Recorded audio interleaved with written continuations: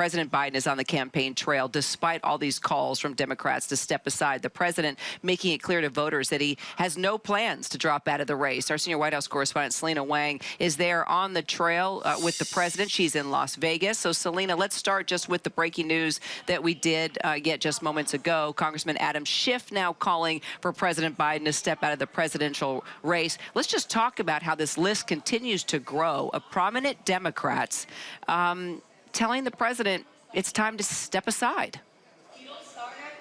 Yeah, Kira, this is a significant new development, and Representative Adam Schiff, he is one of the most high-profile Democrats to publicly call on President Biden to step aside. In a statement sent to us, I just want to read to you exactly what he said. He said, "A second Trump presidency will undermine the very foundation of our democracy, and I have serious concerns about whether the president can defeat Donald Trump in November." He goes on to say, while the choice to withdraw from the campaign is President Biden's alone, I believe it is time for him to pass the torch, and in doing so, secure his legacy of leadership by allowing us to defeat Donald Trump in the upcoming election.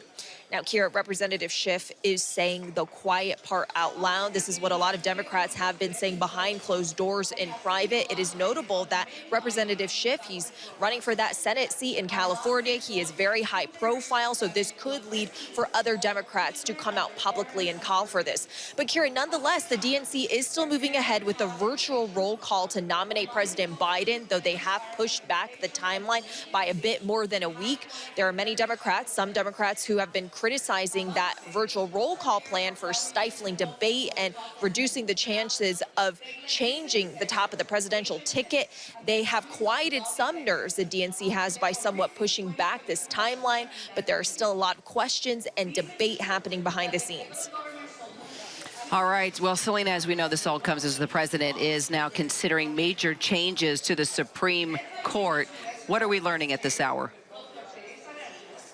Yeah, Kira, a source who was briefed on the plans was telling me about these major changes that the president is seriously considering. So I'm told that this includes proposals to have term limits on the Supreme Court justices and also to have an enforceable ethics code. I'm also told that the president is seriously weighing whether to have a constitutional amendment that would get rid of broad immunity for presidents.